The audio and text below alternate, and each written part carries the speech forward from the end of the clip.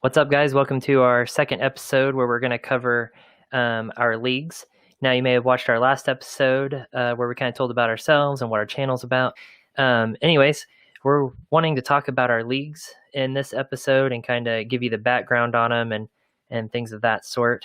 So we kind of want to cover our leagues that we play in and everything.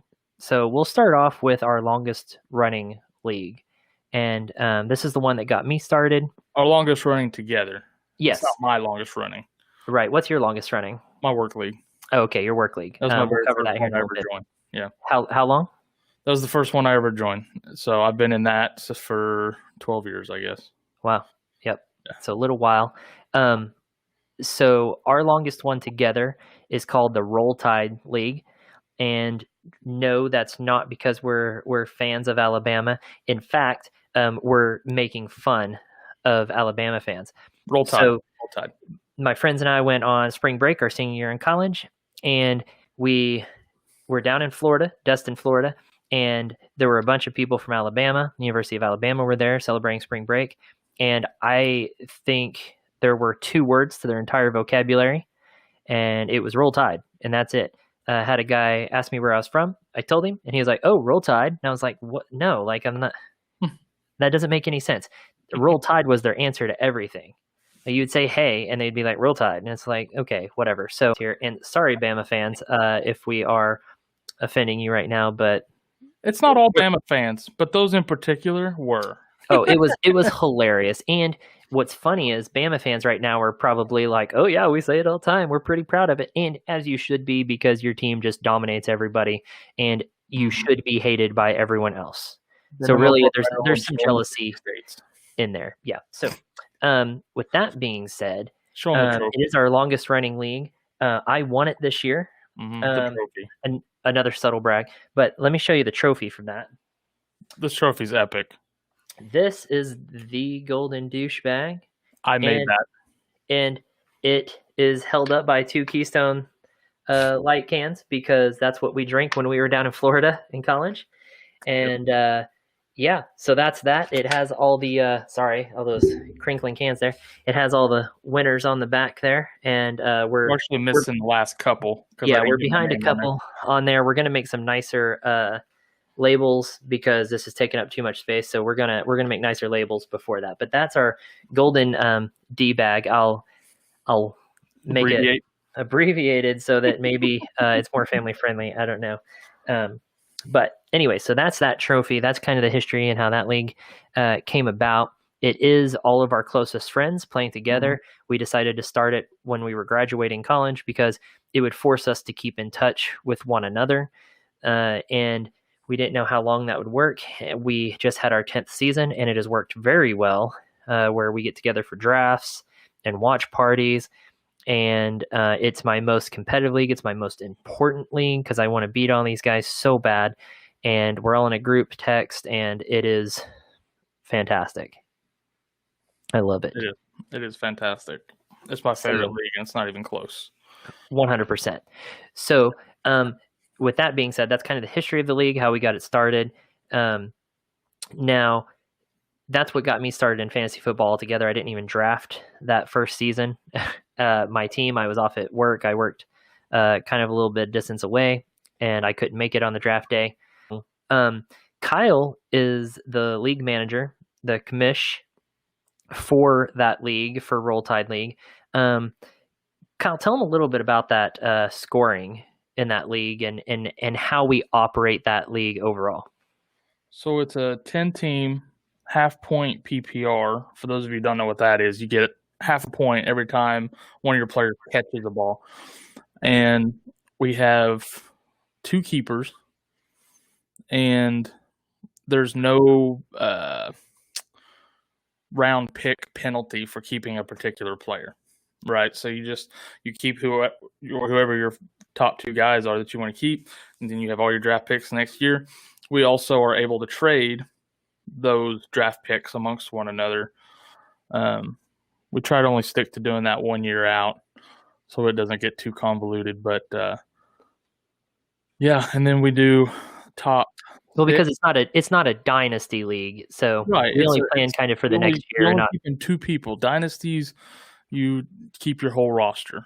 right. And then because it's not a dynasty, we're only trading that like for that next season draft picks. That is not multiple years forward. So a little bit different. Exactly. And some keeper leagues will do. You lose your draft pick for whatever round you pick your keeper in or whatever. And we don't do that. You have all your picks, you go in, you pick. So because of that, we do something a little bit different just for fun in the off season. We will do like what we call the gauntlet for our draft pick order every year, because it tends to be a little more top heavy than a traditional draft for like stud players getting back in there. So we'll do like a March Madness bracket, a bowl pick 'em for NCAA football. We'll actually do what's the one called, the Eliminator Challenge on ESPN. Pardon me. And we'll award points based on how you place in those, and then based on that is how you get your draft order. Yep. It's so it's kind of a year-round league, anyways. Just because we have the gauntlet, and in the off season, you're trying to better your keepers, and so sometimes you're trading keepers and draft picks, or if you've collected a couple of draft picks, maybe you're trading a 2-for-1 on draft picks, trying to reposition in the upcoming draft. So it's kind of a year-round league. It is because of the draft picks, but also we keep it competitive because of those gauntlet events also. Yeah. So it keeps us in touch year-round. League, you're doing all kinds of trades all year long amongst all your players, all your picks. There's a rookie draft every year. Mm-hmm. So those are the draft picks you're trading every year. It's a lot more involved, and we can cover that a little bit more in depth in a later video. I know we've got one for kind of an upcoming video to talk about that kind of stuff. So we'll save the details on that for then. But yeah, so that's how Roll Tide operates. It's a little unique, but not too bad as far as all that goes. Cool. We have a lot of fun. We have a lot of fun in it. It's a great league. So key points though, it's half point PPR and 2 keepers. Those are that kind of outlines how that one works. That's how it makes that. Yeah. Those are the key factors in how it's different. Yeah. It's a 10-team league. Yep. So that's different from our family league. Now this is where we have close family and family friends, but this is an 8-person league or an 8-team league, and it's half PPR. Kyle, you're the commish for this one too. You pretty much commish all of these. Tell them a little bit about some of that stuff. Yeah, it's pretty similar. Outside of being an 8-team league, there's no keepers. Redraft every year, half PPR. Yeah, that's pretty much, those are the key points there. I mean, it's not. Yeah, it's a simple, straightforward one. Like our mom plays in it and stuff, and they wanted it simple, fun. It's very competitive because there's always someone on waivers. Trading is kind of difficult, but they do get made sometimes. Mm-hmm. Mom actually won in 2019. Yep. Because it's competitive. You just don't know. For the first few years, the teams that won it were finishing last during the season, but their team, I mean, anyone could win at any time. And all teams make the playoffs. Whereas in Roll Tide, 6 out of the 10 teams make the playoffs. And in our family league, everyone makes the playoffs. So for the first few years, like I said, that 7th and 8th place teams were actually winning the championship because it's just that competitive. Show the trophy. Oh, yeah, the trophy for that one, because I won that one this year. You won that one, too. It's the Boomer Sooner League. Because Boomer Sooner League. Oh, yeah, we're OU fans as well. So that going back to those Bama fans, that's kind of why we're kind of bitter. Anyways, I mean, your coach has just as many championships as our team in history. So that's kind of annoying. Anyways, here's our trophy for that one. It's a Sooner Schooner setting atop just a football trophy. We just kind of put that together. So that's that trophy. Okay, so our next one, Kyle, what's the name of this league? We call it Jason's League, and so named after a buddy of ours named Jason, who actually made the league. The fantasy gridiron is what he calls it. Yeah. Okay. Fantasy gridiron. Now, Kyle, tell us how you know Jason real quick. So I joined, God, way back in the day, about 10 years ago, Dynasty League online through a friend, and met a whole bunch of people. Jason was one of them. And Now this friend that you met him through, that friend is Tony, who you met online playing fantasy football, right? right, I met him playing fantasy football online, and he got me in this Dynasty League. I met Jason. I got to talking to Jason. He has family that lives in Oklahoma. He lives in California. It was a really weird deal. So because his grandma lives like really close to me. It's really odd. And so we kind of bonded. And so now I got invited to his league. My Corey got invited to his league also because he joined that Dynasty League later on. And so that's how we know Jason, and that's how we ended up in this league. Yeah, so Jason's from San Diego, right? Or he lives in San Diego. He has family in Oklahoma where we grew up, and it's so the Dynasty League that we were all part of was from people all over the country. None of us had ever met in person, other than me and Kyle, of course. Everyone else was from all over the country, and then we find out that Jason has family where we live, and he got to come visit. So I have met him in person, yeah, and to visit his grandma. And then a couple years after that, he came back, and I got to meet him in person. And that's just a really great relationship that we have with this guy, just through fantasy football, which is fantastic, and I love it. So let's get past that. Let's go into his league a little bit. Obviously, Kyle doesn't commish this one because it's Jason's league. So I'll never remember the name of that league, but it's Jason's league. Tell us a little bit about that one. Yeah, like in the past, he did multiple flexes, but he changed it up a little bit this year. He did what's called a super flex. So you can play your normal flex positions, but also a quarterback. So it's essentially a 2-quarterback league, but he put a cap on how many quarterbacks you could roster. So you could only roster 2. So if you played 2 quarterbacks each week and one of them was on a bye, you had to put someone else in that super flex spot for a week unless you dropped him to grab another one. But the caveat there being, if you drop him, you're probably not going to get him back. Yeah, you need to sacrifice that week. Don't drop that quarterback. Yeah. But otherwise, it's just a normal 2 running back, 2 receiver, tight end. I think there was a normal flex and then the super flex. Well, but then you have 2 individual defensive players. Yes. Yeah. He also did. You have a team defense and 2 individual defense, right? Yes. Cool. Yeah. Team defense and 2 individual defensive players, which we can cover defensive players in another video. There's a whole. That'll go into that Dynasty League kind of talk. Yeah, that's a whole different caveat we can dig into later on. Absolutely. And they'll see us playing with that and looking at that because they're going to watch us play that league. So not a problem there. Okay, now our work leagues. Kyle, tell us about your work league. That's your longest running league that you've been a part of. Tell us about that one. That's the one I've been in the longest. It's the very first time I ever played fantasy football. Back in 2008 was when I joined that one. And someone else was commissioned then. They have since left, and I've taken it over. I've been running it now for about 6 or 7 years. But it is a 10-team standard scoring league. There is no point per reception. And we have 8 teams that make playoffs in that one. But other than that, it functions pretty much like the rest of them.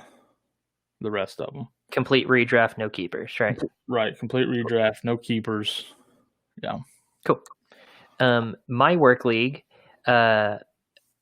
which I won this year. Hey, it was my first year in it, and I was afraid that after winning it, they would not invite me back, but I have been invited back for this next season, which is great. I'll show you the trophy for that one. Here's the trophy for that one.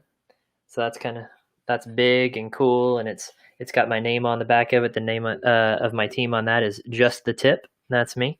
So we're pushing the envelope here a little bit on the family friendly. Yeah. So anyways, that is a 12-team standard scoring, and that one is filled with fun guys. No keepers or anything like that.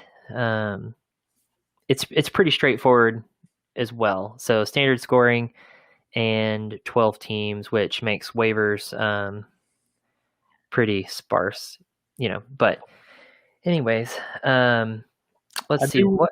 I do want to make one more point about my work league.